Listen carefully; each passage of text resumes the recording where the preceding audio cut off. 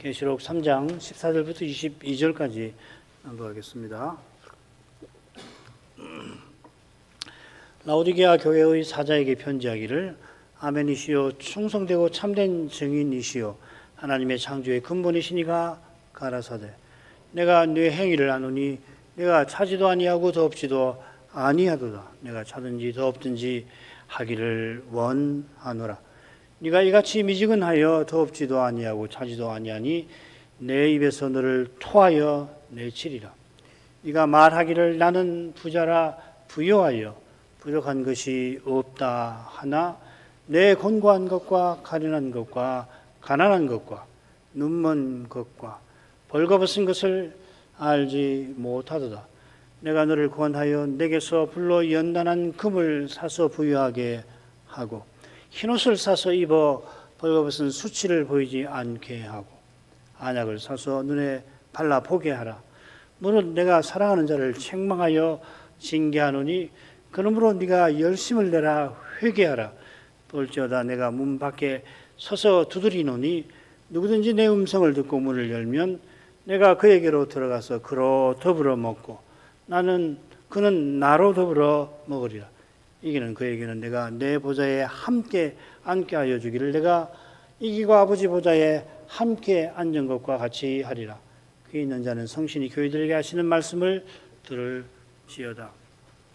주님께서 라오디게아 사자 들어 네가 미지근하다 책망하시고 내 입에서 너를 토하여 내치리라 하고 경고하십니다.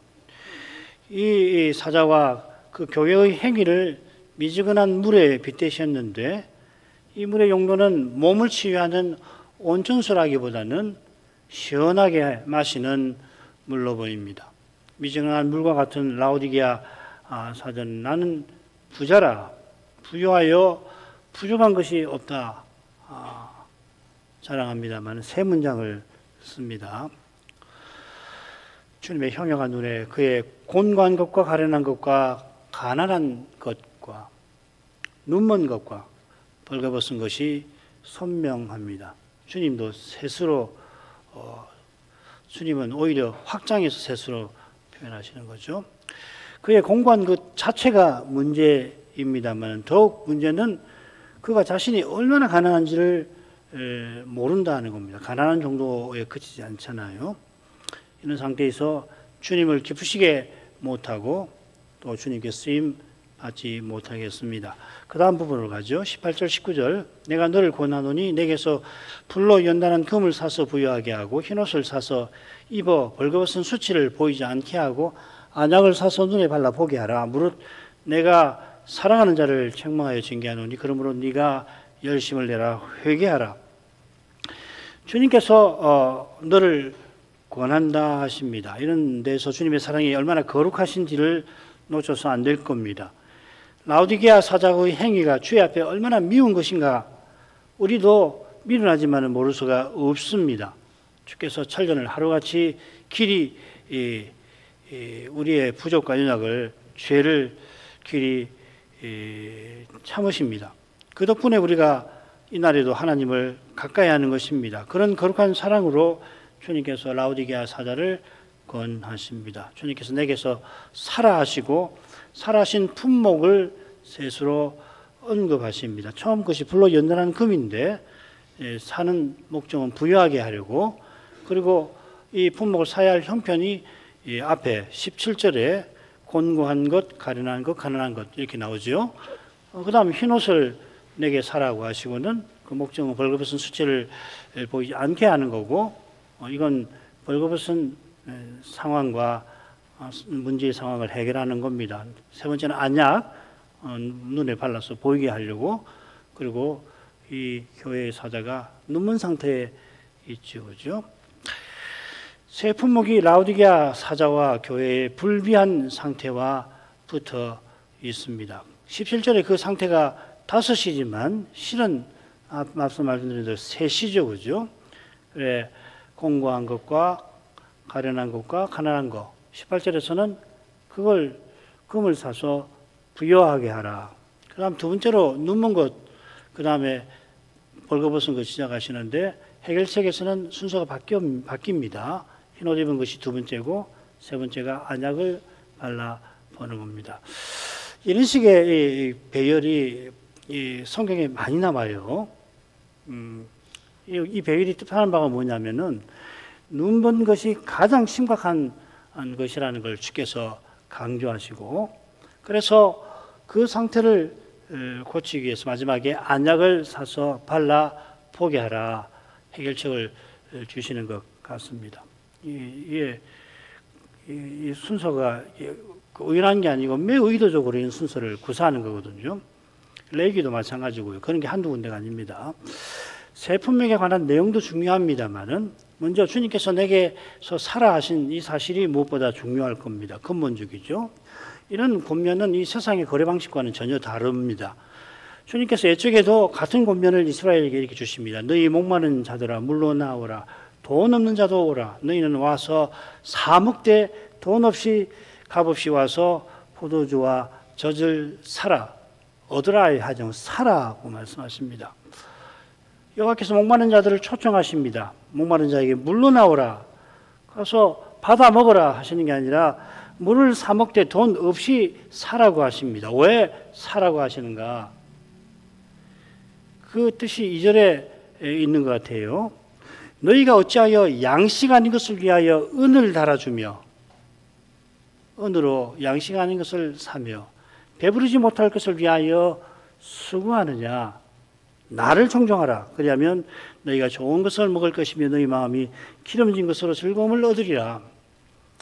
어리석은 인생은 은을 주고 돈을 주고서 양식 아닌 것을 사고 배부르게 못할 것인데 그거 얻으려고 수고하는 겁니다. 예습니다. 이 말씀은 오병이어 표적 후에 가버나움 회당에서 썩는 양식을 위하여 일하지 말라 하신 말씀이 생각나게 합니다. 썩는 양식을 위해서 수고하지 말아라 하신 거죠. 이는 육의 몸에 썩는 문제를 해결하려고 썩지 않을 것처럼 보이지만 결국 썩을 돈을 헛되이 추구하지 말라 하신 겁니다. 문제를 푸는 게 아니라 더 어렵게 만드는 거죠. 그죠? 썩는 문제를 해결하려고 썩는 것을 추구하면은 더욱 문제에 빠져들어가는 거 아니에요. 여호와께서 나를 청종하라 하신 것처럼 신자는 여호와의 입에서 나오는 모든 말씀으로 참되게 또한 영원히 살아가는 겁니다. 물로 나와서 돈 없이 포도주와 젖을 사라 하신 이 말씀이 완성된 형태로 요한계시록 맺은 말에 이렇게 나옵니다. 성신과 신부가 말씀하시기를 오라 하는도다. 듣는 자도 오라 할 것이요 목마른 자도 올 것이요 또 원하는 자는 값없이 생명수를 받으라. 목마른 자에게 값없이 생명수를 받으라 하시는 것처럼 주님께서 지금 내게서 살아 하신 것도 돈 없이 살아 하신 겁니다. 주님의 말씀을 청종하는 이에게 거저 주시겠다 하는 겁니다. 자기가 얼마나 가난한지를 알고 전심으로 간절히 구하는 자에게 주님이 주님의 것을 주시겠다 하신 겁니다. 주님께서 라오디게아 사자의 공고한 것, 가련한 것, 가난한 것을 아시고 불로 연단한 금을 나에게서 사라 하십니다. 불로 연단한 금보다는 불로 재련한 혹은 정련한 금이 더 나은 것 같아요. 영어는 확실히 그렇게 번역을 잘 해놨습니다. 이 fine 해서 그거 정련하는 거죠. 불순물을 제거하는 거 아니에요. 금을 정련하면 당연히 연단한 효과가 있겠죠. 불순물이 제거됐으니까 더 단단해집니다만은 지금 주님이 강조하시는 것은 순금, 정금입니다. 이 연단이라 하는 표현이 주님의 이상에서 빛난 주석 같은 주님의 발에 사용되었지요. 불로 정련한 금속은 헤렘 심판을 통과하여 성전에 쓰이는 사실을 암시하는 것 같습니다. 주님께서 십자가에서 헤렘 심판을 받으셨고 그 심판을 통과하셔서 부활에 이르셨습니다. 부활하신 주님을 베드로는 산돌이라고 부르죠. 이 산돌은 느부갓네살이 이상 중에서 보았던 금은 노철의 그 신상과 선명한 대조를 이룹니다. 느부갓네살이 보았던 신상은 예수님의 초림까지 등장할 세상 제국을 가리킵니다. 신상이 인간 황제의 눈에는 보석처럼 보입니다만은 뜨인 돌이 신상을 쳐서 먼지를 만들어 바람에 사라지게 합니다. 뜨인돌이 태산을 이루고 그리고 이 태산이 온 세상을 채웁니다. 인간 왕의 눈에는 도무지 이 제국답지 않습니다마는 뜨인돌, 곧 번제단 돌이 영원히 새로운 세상, 제국, 사회를 이룬다, 장차 이룰 것이다. 그 말이죠. 그게 계시록 21장 1절부터 22장 5절까지의 내용 아니겠습니까? 이 제국은 그리스도께서 전부 되시고 그 전부 안에 계시는 사회입니다. 이것이 산돌이신 주님께 우리가 나아가 우리도 산돌이 되고, 그러니까 돌인데 보석 정도가 아니고 살아있는 돌이잖아요. 그죠? 이 보석, precious stone이라고 그러잖아요. 영어로는. living stone이 되는 거란 말이에요.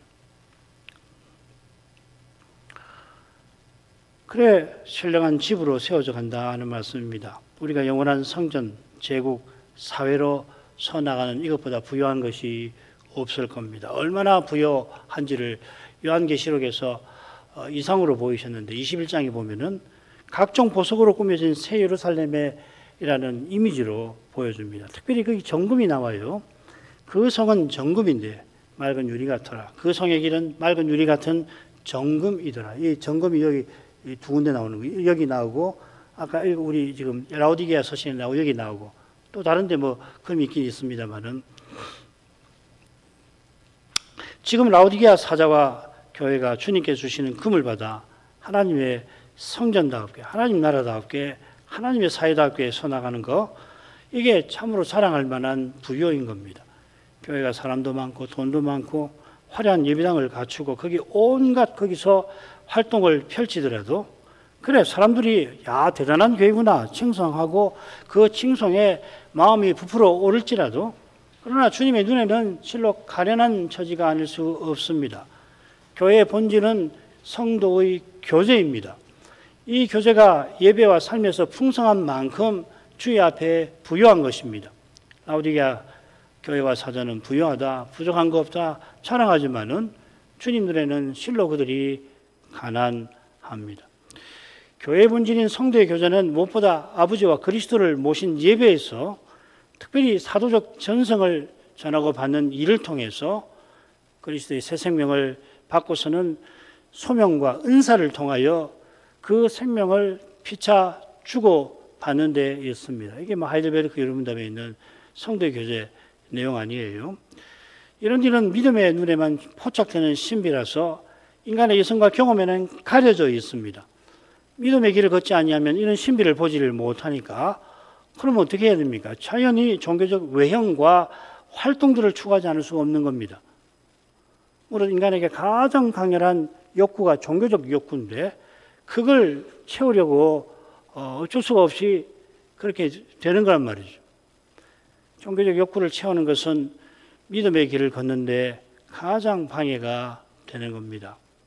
바리새인의 외식이 그런 겁니다. 외식하는 바리새인이 율법을 철저히 지키려 한 결과 로마 당국의 눈에 가장 도덕적인 민족이고 그룹이었습니다마는 그들이 율법을 완성하러 온 메시아를 미워하고 그래 죽이려 했던 거 아니에요. 주님께서는 그들을 독사의 자식, 곧 뱀의 후손이라 부르셨습니다. 장차 적그리스도가 참된 교회와 신자를 미혹하고 핍박할 때 가장 앞장설 추종자들이 누구일까요? 반대로 적그리스도의 교묘한 미혹을 식별하는 거룩한 감각은 어디서 생기며 어떻게 예리해지겠습니까? 딱 보고 알아야 하는 거거든요. 거룩한 감각은 거룩하신 하나님을 가까이 하는 거룩한 예배에서 얻는 겁니다. 그 예배에서 부활하신 주님이 말씀하시는 그 말씀을 직접 듣는 데서 예리해지는 겁니다. 신학 지식이나 종교적 감흥이나 혹은 사교적 즐거움이나 인간적인 정을 나누고 사귀는 거, 심지어 심리적 안정이나 경제적 이득을 추구하는, 또 타락하면 정치적인 권력을 획득하는 교회는 거룩한 감각을 상실하고 마는 것입니다. 주님께서 이어 흰옷을 사서 입어 벌거벗은 수치를 보이지 않게 하라 하십니다. 주님에게서 정금을 살 뿐 아니라 흰옷도 사라 하시는 겁니다. 주님께 정금을 사서 그 돈으로 흰옷 사라 하신 게 아니라 내가 흰옷을 주겠다 하신 겁니다. 이 흰옷이 4대 서신에 나오는 더럽혀진 옷과 대조되는 거고, 그 교회의 서신에서 이기는 자에게 주마 약속하신 것입니다. 순교한 영혼들이 천상 다나라에서 강구할 때 하늘아버지께서 하나님께서 그들에게 흰옷 주시면서 잠시 기다리라 하십니다. 장차 이들은 큰 무리를 이루어 흰옷을 입고 하나님과 어린 양을 찬송할 겁니다. 장로 중 하나가 이 흰옷 입은 자들이 누구냐 요한에게 묻고 어린 양의 피에 그 옷을 씻어 희게 하였느니라 대답해 줍니다. 주님이 내게서 사라 하신 흰옷은 주님의 십자가 공효를 힘입어 하나님을 가까이 하고 섬기는, 찬송이 섬기는 거 아니에요. 자격을 가리킵니다. 내게서 사라고 하신 정금이 성전의 이미지라면 흰옷은 이상 중에 주님께서 입으신 세마포나 24장로들이 입고 있는 흰옷처럼 제사장의 이미지인 것입니다. 이 흰옷을 입는 이만이 벌거벗은 수치를 가립니다. 이 수치가 육의 몸의 문제 중 하나입니다. 이 문제를 인생이 스스로 해결해 보려고 명예, 존경, 인정을 갈구합니다. 늘 사람의 시선을 의식합니다. 혼자 있을 때도 그렇죠. 그러나 정작 하나님의 형향한 눈은 별로 신경 쓰질 않습니다. 이게 실로 부끄러운 것입니다만은 자기가 얼마나 부끄러운지 모른 채로 누추하고 더러운 영화를 추구하는 겁니다. 그러나 우리 시조가 범죄한 후에 벗은 것을 알고 느꼈던 그 수치는 그리스도의 영광을 뵙는 데서만 가려집니다. 그리스도의 얼굴에 나타난 하나님의 영광을 아는 그 광채를 보는 데서 그 자신이 그분의 형상으로 변모되어 하나님의 영광을 드러낼 수 있게 되는, 이것이 육의 몸의 두 번째 문제를 해결하는 것이거든요. 이런 영광을 뵙지 못하면 사람의 눈에 띄고자 사람의 깨와 힘으로 활동을 벌이고 사람이 볼만한 형식을 꾸리려 하는 겁니다. 이게 육신적 태도이고 우리 교회에서 늘 쓰는 형성주의라고 하는 거 아니에요? 포멀리즘, 일반적으로 형식주의라고 그러죠, 그죠? 형식을 추구하는 거라 해서 형식주의라고 번역하지 않습니까? 우리 교회에서는 이 형성주의라고 번역을 합니다. 형식을 추구할 때 형식을 자꾸 만들어내는 거예요. 이게 무서운 거란 말이에요. 교회에서 있어야 할 그 형식은 뒷전이고 자꾸 그것을 대신해서 사람의 영광과 사람의 힘을 자랑하기 위한 그런 형식을 자꾸 만들어내는 거라고요.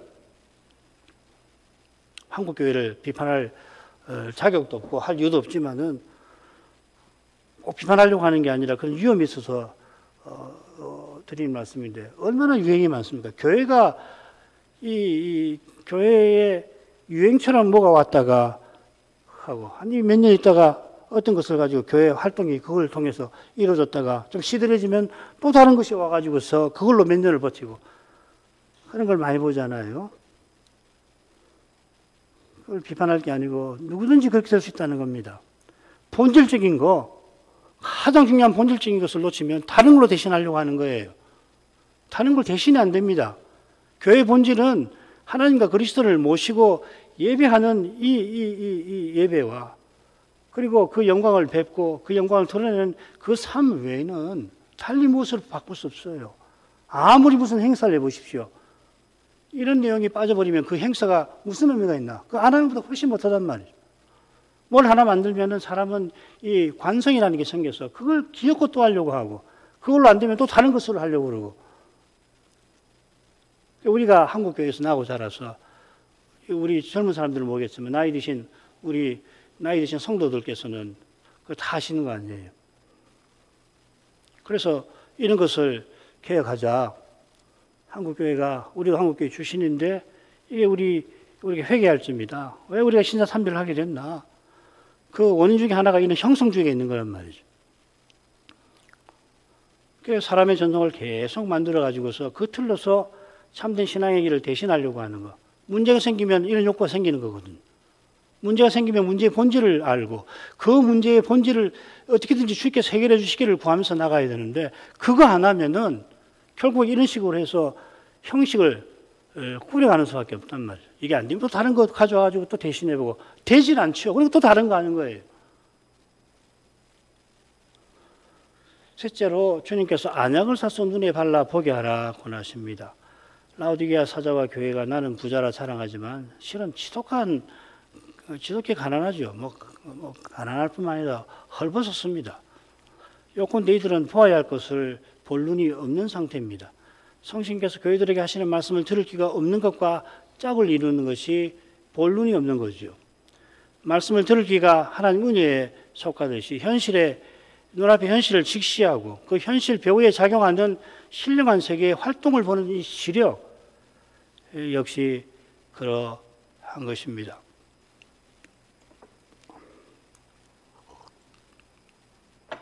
말씀드린 대로 이 주제를 17절에서는 가운데 18절에서는 마지막에 다루십니다. 17절에서 얼른 5개 항목이 나오지만 실은 새시듯이 가난한 것 벌거벗은 것보다 눈먼 것이 라오디게아 사자의 심각한 문제임을 암시하시는 겁니다. 예수님께서 바리새인들을 소경을 인도하는 소경이라 하셨습니다. 이게 가장 자기가 얼마나 얻은지를 가장 못 보는 상태 아니에요? 소경인데 소경을 인도하려 든다는 말이죠. 이런 상태가 장차 적그리스도의 적극 추종자들에게서 가장 생생하게 드러날 겁니다. 지금 라오디게아 사자가 그런 상태에 떨어진 것 같지는 않아요. 그러나 그가 자기를 높이며 자랑하는 그런 태도를 회개치 아니한다면은 그런 상태에 떨어지지 말라는 보장은 어디에도 없습니다. 잠언의 지혜자가 스스로 지혜롭게 여기는 자가 미련한 자보다 더 심각하다 교훈한 것처럼 자기가 얼마나 공부한 줄 모르고서 1등 목회자, 1등 교회라고 자랑한다면 남은 것은 비참한 추락밖에 없고 심지어 끔찍한 몰락밖에 없게 될 겁니다. 주님께서 물은 내가 사랑하는 자를 책망하여 징계한다 하시며 밝히시며 권면을 이어하십니다. 주께서 사랑하시는 자마다 책망과 징계를 베푸십니다. 히브리서 12장 비슷한 교훈 나오죠. 주께서 그 사랑하시는 자를 징계하시고 그 받으시는 아들마다 채찍질 하심이니라 하였으니 이 잠언 말씀을 인용한 말씀이죠. 하나님이 사랑하시는 아들들에게 책망과 징계를 내리십니다. 없으면 사생자지요. 목적이 있는데 영광의 목표에 이르라고 하심입니다. 이 거룩한 목적을 위하여 심지어 무슨 구체적인 심각한 죄를 짓지 아니하여도 징계를 하십니다. 구약시대는 욥이 대표적입니다. 신약시대의 바울이 그렇습니다. 이런 위대한 인물도 스스로는 영광의 목표에 도달하지 못하듯이 거기에 이르는 길에 반드시 징계가 필요한 법이에요. 고난이 그런 의미가 있는 거죠. 그렇다면 라오디게아 사자 같은 이는 더욱 그러할 겁니다. 만일 주님께서 징계치 않고 내버려 두신다면 그를 이미 미워하신 거겠죠.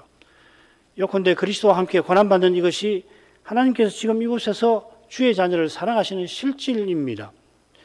라오디게아의 미지근한 물이 역겨워 마시자마자 입에서 토해낼 지경이었듯이 이 교회와 사자의 행위도 주님이 심히 미워하시는 건데 주님은 천년을 하루같이 여기시며 참아주실 뿐 아니라 거룩한 교회로서 나갈 길을 징계로서 보여주시는 겁니다. 자, 이런 사랑에 비추어서 이어지는 주님의 권면을 보십시다. 그러므로 네가 열심을 내라 회개하라. 이 열심 내다 하는 표현은 주님의 순전한 사랑과 딱 붙어 있는 표현입니다. 주님께서 심각한 처지에 놓인 라오디게아 사자가 특히 사단의 꾀임에 빠지지 않도록 사랑하시는 겁니다.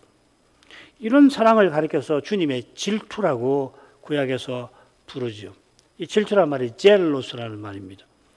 자기 종이 교만하다가 마침내 사단의 꾀에 빠져 사단을 섬기는 것을 주님은 참으로 싫어하십니다. 사랑하시니까 잃지 않으려고 질투의 사랑을 나타내시는 거죠.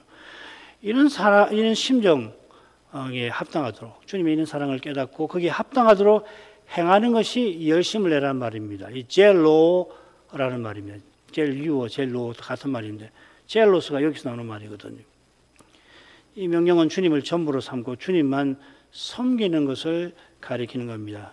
열심을 내라 해서 뜨거운 열정을 가지고 뭘 하라 그렇게 생각이 쉬웠지만은 그보다 더 근원적으로 주님이 우리를 향한 그런 거룩한 사랑을 본받아서 주님을 전부로 삼는 그런 사랑을 품어라. 그 사랑을 깨달으면 그런 사랑을 품지 않을 수 없지 않느냐. 그러고 그런 상태에서 회개하란 말이겠죠. 라오디게아 사대가 참된 회개의 이르는 길입니다. 계속해서 사람의 시선에 비추어 자기를 높이는 것, 심지어 자기가 그런 상태인 것조차도 알지 못하는 데서 벗어나는 것이 주님이 바라시는 회개일 겁니다. 이런 회개는 주님의 거룩한 사랑을 깨닫지 못하는 교회와 교인에게서 나올 수가 없을 겁니다.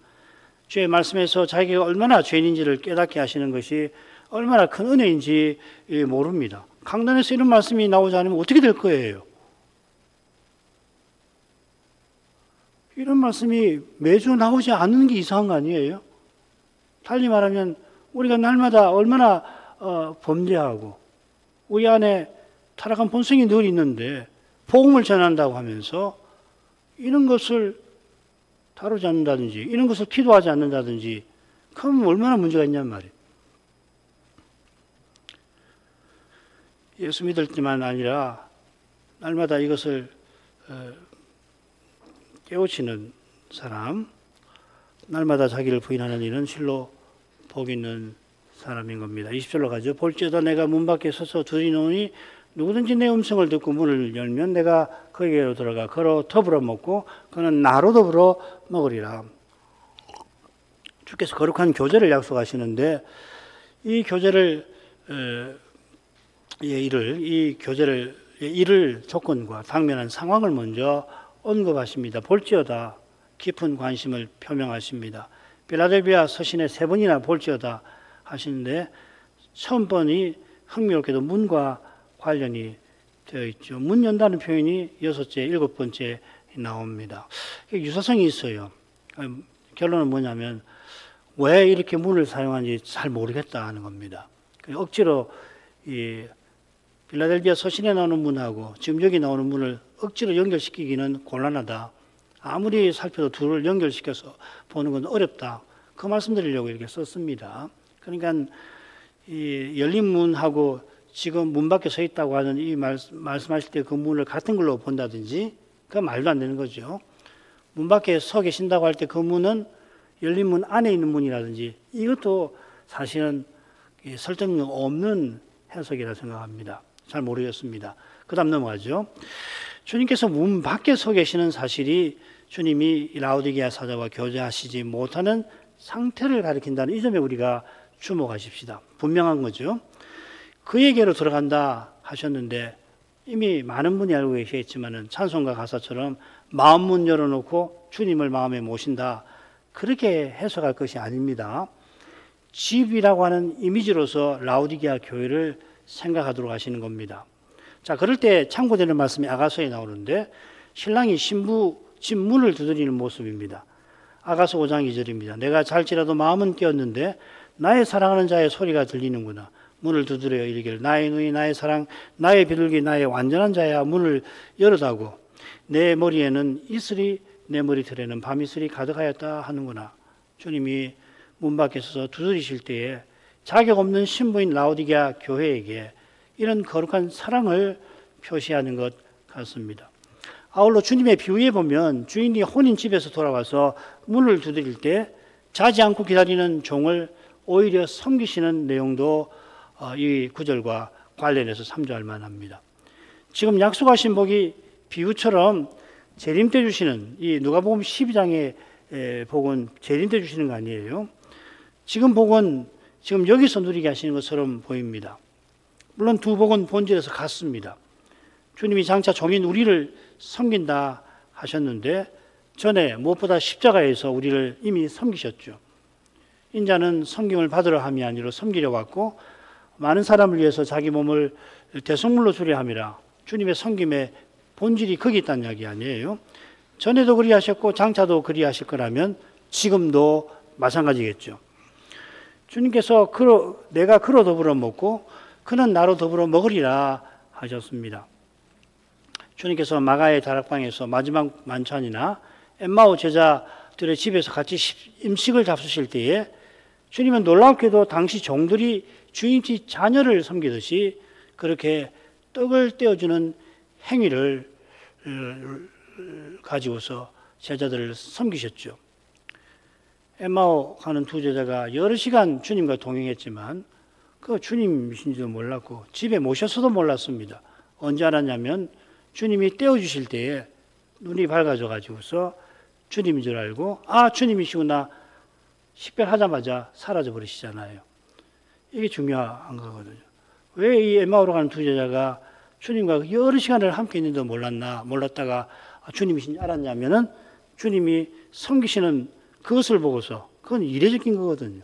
당시에 어느 스승이나 어느 주인이 그렇게 하지 않지 않습니까? 주님께서는 섬기시는 태도로 식사를 하셨거든요. 그걸 보고서 예수님이시구나 알았다는 거 아니에요?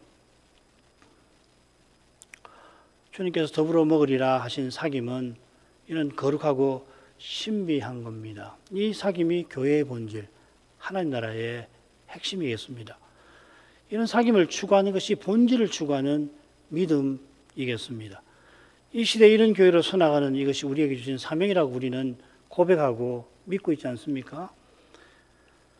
주님께서 오히려 섬기시는 이 신비를 깨닫는 교회와 신자라면 라오디게아 사도처럼 감히 자랑하지 못하겠죠. 교회로서 서나가는 길에 무엇이든지 필요한 것을 겸손히 주님께 아뢰고 받게 될 것입니다. 돈 없이 사게 될 것입니다. 21, 22절입니다. 이기는 그에게는 내가 내 보좌에 함께 앉게 하여 주기를 내가 이기고 아버지 보좌에 함께 앉은 것과 같이 하리라. 귀 있는 자는 성신이 교회들에게 하시는 말씀을 들을지어다. 몇 말에서도 이기는 자에게 복을 이어 약속하십니다. 주님이 약속하신 복은 보좌에 앉는 겁니다.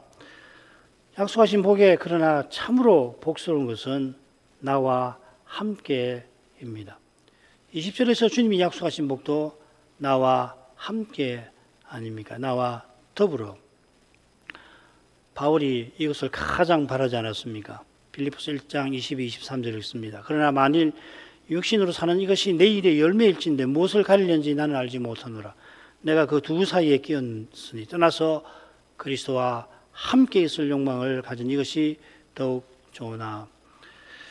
주님이 만일 자기에게 택하라고 하신다면 육신으로 계속 살아가는 것보다 당장에 떠나서 세상을 떠난 그 편을 택하겠다 했습니다. 그 이유가 뭐냐면 떠나서 그리스도와 함께 있는 그 사실에 있죠.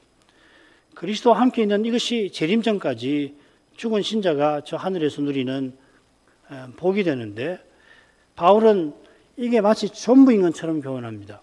계시록을 보면은 다른 복도 있는 것 같아요. 찬송하는 것도 있고. 근데 바울은 이걸 무엇보다도 강조합니다. 지금 여기서도 내게 사는 것이 그리스도시니 이미 주님과 함께 있지요. 바울은 그리스도가 내 안에 사신다고 했습니다. 그리스도께서 하늘에 계시지만 그리스도의 영이신 성신이 우리 안에 계심으로 그 성신으로 결국 그리스도께서 내 안에 사시는 것이 되는 거 아니에요. 그래서 그리스도께서 내 안에 사시는 이 신비가 실제로 드러나려면 우리가 그리스도를 믿는 믿음이 있어야 하는 겁니다. 믿음이 있다는 것은 성신의 역사하심이 있어야 된다는 이야기죠. 이 성신의 감화와 역사 없이 믿음 없이는 지금 여기서 그리스도의 몸과 지체로 살지 못하는 겁니다. 그러나 이 육체를 벗어나서 주님 계시는 하늘에 이를 때 우리는 지금보다 틀림없이 더욱 친근히 주님과 함께 할 것입니다. 바울은 이걸 알기 때문에 자기가 살아서 교회를 위해서 더욱 섬기는 그 일도 너무도 고귀한 것을 잘 알지만 택하라고 하시면 그냥 떠나서 주와 함께 있는 그 편을 택하겠다. 왜냐하면 이 땅에 살아서 봉사하는 목적이 거기 있는 것이거든요. 목적이 그리스도시잖아요. 물론 재림 때 주님과 같아져서 우리는 영원히 함께 할 겁니다. 영원히 함께 할 그때 우리가 주님의 보좌에 함께 주님과 앉아서 천사도 다스릴 것입니다. 주님께서 이기신 후에 아버지 보좌에 아버지와 함께 앉으신 것처럼 우리가 그리스도와 함께 그렇게 다스릴 것입니다. 이게 아버지의 나라를 상속받는 것과 같은 겁니다. 지금 여기서는 믿음으로 주님께서 받으시는 선한 일을 행할 때 행한 그 일과 행한 자신을 자랑하는 어리석음에 떨어지기 쉽습니다마는 장차는 지금보다 비할 수 없이 위대한 일을 행하면서도 우리는 한없이 겸손하게 될 것입니다. 주님이 그때 우리를 섬기고 계시는 것을 두 눈으로 보고 있는데 뭔 수로 교만할 수 있나요? 이는 주님께서 영원한 나라에서 우리를 섬기시는 그 영광을 매 순간 온전히 더욱 뵙는 까닭입니다. 이런 진리를 깨우치시려고 나와 함께 아버지와 함께 교만한 라오디게아 사자에게 이것을 강조하신 것 같습니다. 기도하겠습니다. 거룩하신 아버지, 라오디게아 사자의 행위가 미지근한 물과 같아서 주님이 마실 때 그 입에서 토하려 내치실 만큼 실은 역겨운 것인데도 이런 교회와 사자를 향하여 주님은 참된 해답을 권고해 주심으로 주님의 사랑이 얼마나 거룩하신지를 저희도 모르지 않게 하십니다. 이런 사랑 아니고서 아무도 이 시대에 주님의 교회로 존립하거나 신자답게 살아가지 못한다는 것을 주의 앞에 겸손히 고백합니다. 주님께서 불로 정연한 금과 흰옷과 안약을 내게 사서 이 교회와 사자가 참으로 성도의 사귐을 이루면서 하나님의 거룩한 일에 쓰임을 받게 하시는 그 말씀에서 오직 그리스도를 전심으로 모시는 참된 믿음이 저에게 절실함을 구합니다. 이런 믿음으로만 이 시대의 거룩한 교회로 서나갈 수 있음을 저희도 모르지 아니하옵나이다. 이 시대에 친히 부르신 참된 교회들과 자녀들을 긍휼히 여기셔서 이런 말씀을 전하고 받게 하시며 이 말씀의 거룩한 빛을 받아 이 시대에 가야 할 길에 관해서 더욱 깨닫고 그 길에 더욱 주님의 인도를 겸손히 받아 나가게 해주시기를 간절히 구합니다. 예수님 이름으로 기도합니다. 아멘.